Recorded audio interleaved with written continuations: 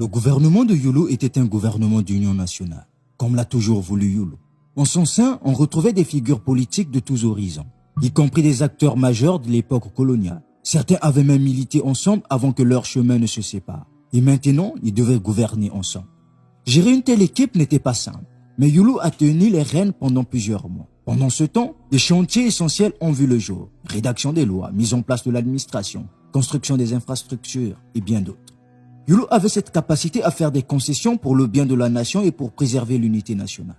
En novembre 1960, après 6 mois de prison dans l'affaire des communistes, Kikungangot rejoint finalement le gouvernement. Son arrestation, survenue le 10 mai 1960 à Dolisie, avait été un coup dur. Mais c'est Yulu lui-même qui le libéra avec ces mots. « Mon frère, je dois te demander pardon. On m'avait induit en erreur à ton sujet. Maintenant, tu es libre et ministre. » À sa sortie de prison, Kikungangot sera conduit par le ministre Victor Sato. Les deux amis devenus ennemis et qui sont redevenus amis grâce à l'intervention de Yulu. Cependant, après les élections de 1961, le gouvernement de Yulu commence à montrer des signes de fragilité. Les tensions internes se multiplient et conduisent à des départs marquants. Alphonse Massamba Deba, ancien président de l'Assemblée nationale, démissionne en octobre 1962, après seulement 6 mois dans le gouvernement en tant que ministre du Plan. Yulu tente de le garder en lui proposant le poste d'ambassadeur du Congo en France, mais il refuse. Puis, le 6 décembre 1962, c'est Jacques Opango qui quitte également le navire, marquant une autre rupture importante. Ces départs ne sont pas anodins, ils revêtent des désaccords internes profonds. Au sein du gouvernement, des clans se forment, notamment entre ceux qui ont combattu aux côtés de Yulu. Mais même entre eux, les divisions s'installent. Dans cette deuxième vidéo sur Yulu, nous parlerons des causes de sa chute, du pourquoi il avait signé la lettre de démission et de son évasion. Après l'indépendance, les hommes politiques et hauts fonctionnaires congolais profitaient largement des facilités de voyage qui leur étaient offertes. La France restait leur destination privilégiée, notamment pour la formation des membres de la police, de l'armée, de la bureaucratie et de la gendarmerie, principalement en raison de la langue et du système éducatif hérité de la colonisation. Quelques Congolais vont partir aussi en Israël, aux États-Unis, en Allemagne de l'Ouest et ailleurs. Mais ces voyages restaient marginaux face aux déplacements constants des ministres, députés et hauts fonctionnaires.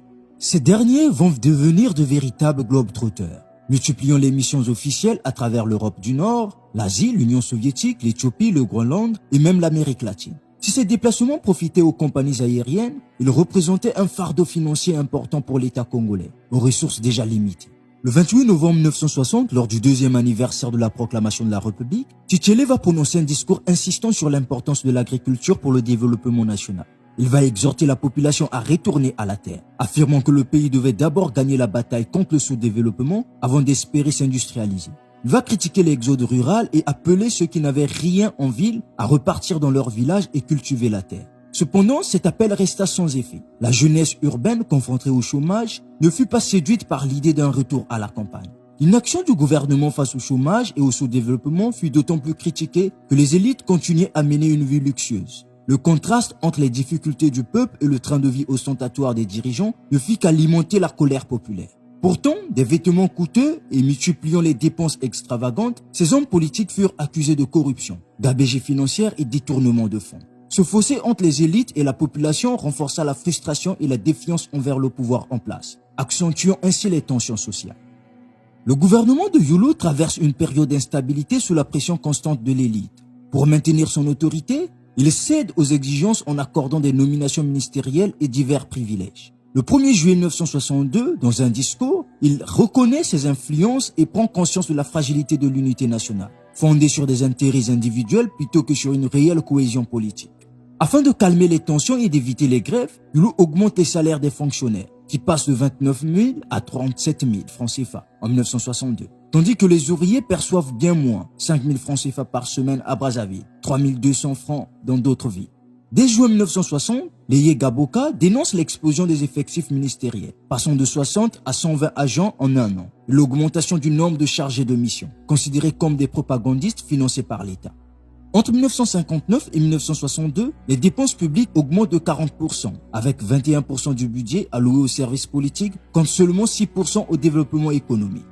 Yulu centralise le pouvoir autour de lui, transformant le palais présidentiel en un lieu d'intrigue et de conflits internes. Cette concentration favorise la corruption et renforce la fracture entre l'élite politique et la population. L'année 1963 marque un tournant avec une série de scandales qui éclatent dès juin. Le plus retentissant est l'arrestation de Marc Dello, secrétaire personnel de Youlou, accusé d'avoir détourné 10 millions de francs CFA en Suisse, dont 1,4 million prouvés lors de son arrestation le 23 octobre 1963. Parallèlement, Dominique Zalakanda devient une figure impopulaire, accusé de mépriser les laris et de ne pas redistribuer les richesses, ce qui exacerbe les tensions ethniques et politiques. D'autres proches du pouvoir, comme Ibaliko, Ibwanga et Gondion, sont perçus comme corrompus et exécutant uniquement les décisions de Youlou, alimentant le mécontentement populaire. L'image de Fulbert Youlou se dégrade rapidement. Son train de vie luxueux, symbolisé par ses soutanes brodées chez Dior, contraste fortement avec la précarité croissante de la population.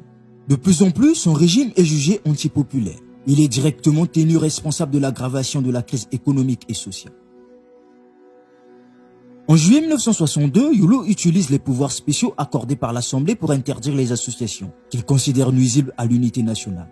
En août 62, il dissout les 3 partis politiques existants, estimant qu'ils sont devenus inutiles puisque leurs dirigeants siègent déjà au sein de son gouvernement. Le 25 août 1962, il annonce que les représentants de l'UDDLIA, de la MSA et du PPC soutiennent la création d'un parti unique. Cependant, cette vision d'unité est contestée avec la démission de Jacques Opango le 6 décembre 1962, marquant son désaccord avec la politique autoritaire de Youlou.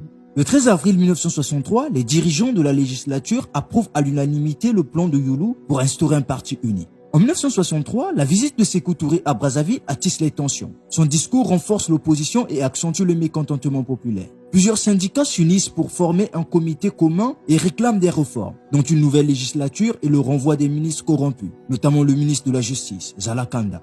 Face aux contestations, Youlou procède à des arrestations désordonnées, ce qui aggrave la crise. C'est le début des discussions entre le gouvernement et les syndicalistes. Le 6 août 1963, Youlou rompt les négociations et annonce à la radio l'instauration du parti unique le 15 août. Il interdit les réunions publiques, y compris celles des syndicats, ce qui entraîne une réaction du comité commun qui appelle à une grève générale le 13 août. En réponse, Youlou fait arrêter 2 leaders syndicaux, Gilbert Pongo et Julien Boukambo. C'est le début des 3 glorieuses congolaises. Le 15 août 1963 au matin, une mobilisation populaire entoure le palais présidentiel de Brazzaville, prenant de court aussi bien les autorités congolaises que françaises, qui n'avaient pas anticipé l'ampleur du soulèvement. Entre 8h15 et 10h, la situation dégénère rapidement. L'abbé Youlou se retrouve isolé et refuse de quitter les lieux, malgré les recommandations insistantes du général Kergarava et de l'armée française. À 10h10, Kergarava tente une nouvelle fois de convaincre Youlou de se réfugier à l'ambassade de France, mais ce dernier s'y oppose. Pendant ce temps, les troupes françaises reçoivent l'ordre strict de ne pas ouvrir le feu. À Paris, la prise de décision est retardée en raison de l'absence du Premier ministre Georges Pompidou et de Jacques Foccart, conseiller de De Gaulle pour les affaires africaines. Le ministre de la Défense, Pierre Messmer, s'oppose quant à lui à toute intervention militaire française. Pendant ces heures cruciales à Brazzaville, le désaccord entre les partisans d'une négociation et ceux favorisant une défense armée du palais accentue la confusion. Les services secrets français, le STEG, enregistrent des conversations essentielles, dont une copie est destinée à Foccart dès son retour à Paris. Cette journée marque un tournant décisif, précipitant la chute de Youlou sous la pression populaire et l'inaction française. Durant le week-end de l'Assomption, Paul Bouteiller, chargé de mission secrétariat général des affaires africaines et malgaches, est en permanence téléphonique. Lorsqu'il reçoit un appel du général Kergarava, il ignore encore l'ampleur de la crise. Kergarava pose alors une question clé à ses interlocuteurs civils et militaires à Paris. Peut-il engager les troupes françaises contre les manifestants? Il avertit qu'une telle action entraînerait inévitablement un bain de sang. Un balai téléphonique frénétique s'enclenche pour obtenir une réponse des plus hautes autorités de la République. Mais Pompidou est absent. Foccart est à la pêche. Il n'est pas joignable. Et De Gaulle se trouve à Colombey. Seul Pierre Messmer est joignable et s'oppose fermement à toute intervention. Faute de pouvoir contacter Foccart à temps, l'Élysée doit se passer de son avis, bien que la connexion avec Colombey fonctionne parfaitement. À Brazzaville, Morichaud et Desgarré tentent d'orchestrer des discussions et cherchent à joindre directement De Gaulle. Après la visite de Kergarava à 10h, Morichaud, favorable à une négociation avec les manifestants et au maintien de Youlou, espère que De Gaulle désavouera les décisions de Kergarava et ordonnera une défense renforcée du palais. Plus tard, en analysant les retranscriptions des échanges, Foccart en vient à penser que la situation a été mal présentée à De Gaulle, par la diplomatie française, notamment par le Quai d'Orsay, traditionnellement hostile à Youlou. Il estime que les officiers sur place n'ont pas su gérer la crise, et qu'une simple démonstration de force sans tirer sur la foule aurait suffi pour calmer les manifestants. Quoi qu'il en soit, son absence à ce moment clé a scellé le sort de Youlou, rendant impossible toute tentative de sauvetage politique ou militaire. Malgré les efforts de Morichaud, la chute du président congolais devient inévitable. Avant les mobilisations du matin du 15 août encerclant le palais, aucun responsable français ou congolais n'avait anticipé que la révolte populaire atteindrait une telle intensité, au point de se transformer en révolution. Entre 8h15 et 10h, la situation se détériore rapidement.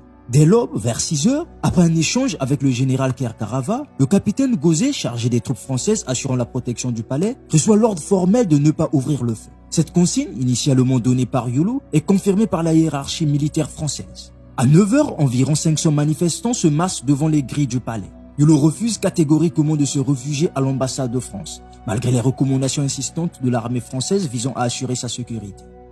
Face à la pression grandissante et l'absence de soutien militaire français, il demande à parler directement au général de Gaulle. Ce dialogue déterminant scelle son destin politique. Je suis un collaborateur de Jacques Foccart. Je me trouve en ce moment dans le palais du président Youlou. Il souhaiterait s'entretenir avec le général de Gaulle. Pouvez-vous établir la communication? Où est le président Youlou en ce moment? À 1 mètre de moi. Restez en ligne, je passe la communication à Colombie. Allô mon général? Mes respects, je vous passe le président Youlou. Mon général, le palais est encerclé. Je suis encore à l'intérieur, mais je ne peux pas sortir. Le général Kergarava me conseille de me réfugier à l'ambassade de France. Mais si je quitte ce palais, alors je me considère comme démissionnaire. Je suis le pouvoir légal et je vous demande de faire en sorte que l'armée française protège mon palais, comme elle protégerait l'ambassade de France. Vous demandez que l'on protège votre palais? Oui, mon général. Et cela n'est pas fait? Très mollement, au point que si les assaillants attaquent, je ne crois pas qu'on me défendra. Qu'est-ce qui vous fait dire cela? Les ordres donnés, il voudrait avoir des instructions claires de votre part, mon général. Je vais chercher le général Kergarava pour qu'il vous parle directement. Très bien, j'attends. Mon général, la situation est critique. Le palais est encerclé. L'armée et la gendarmerie congolaise ne sont pas fiables. Et la population est unanime contre le président. Une intervention militaire française causerait 1000 à 2000 morts. Que devons-nous faire? Qu'en pensez-vous? À mon avis, le président doit tenir compte de la réalité et négocier son retrait. S'il résiste et qu'un massacre a lieu, il ne pourra plus jamais revenir en politique. Oui, nous n'avons pas à entrer plus en avant dans cette affaire politique congolaise. Notre seul devoir est d'assurer la sécurité du président. Nous assurons sa sécurité, mon général. Très bien. Premièrement, il n'est pas question que l'on tire sur la foule. Deuxièmement, le président Youlou doit être mis en sécurité. Reçu, mon général. Monsieur le président, nous ne pouvons rien faire de plus. Notre mission est d'assurer votre sécurité personnelle. Je reste au palais, mon général. Si vous ne pouvez rien faire, je ne vois pas ce que rester changera. Si je quitte ce palais, c'est une capitulation. C'est vous qui voyez, mais je vous le répète, nous ne pouvons pas tirer. Mon général, je vous demande des blindés, non pas pour tirer, mais pour disperser la foule. D'après ce que l'on me dit, la foule ne pourra être dispersée sans tir. Et cela, je ne demande pas que l'on tire immédiatement, seulement que les blindés soient là. C'est l'affaire du commandant des troupes sur place. Oui, j'ai dit ce que j'avais à dire, monsieur le président. Oui, mon général, merci bien. Après cet échange, Youlou comprend qu'il est abandonné. De Gaulle ne lui accorde aucun soutien militaire, se contentant de garantir sa sécurité. Youlou doit alors faire un choix, aller se réfugier à l'ambassade en attendant que les choses se calment ou démissionner. Il refuse qu'il soit extirpé du palais pour l'ambassade, car il estime être abandonné. Il décide alors de signer la lettre de démission. Le 11 juillet 1964, l'ambassadeur Rossard depuis Brazzaville envoie un message au Quai d'Orsay, affirmant que le retour de Tchombé a ravivé les espoirs des partisans de l'abbé Fulbert Youlou. En février 1965, le Premier ministre Pascal Lissouba dénonce un complot impliquant des intérêts étrangers et visant à renverser le régime. Cette accusation entraîne une répression massive contre les partisans de Youlou, dont plusieurs figures politiques sont arrêtées et exécutées.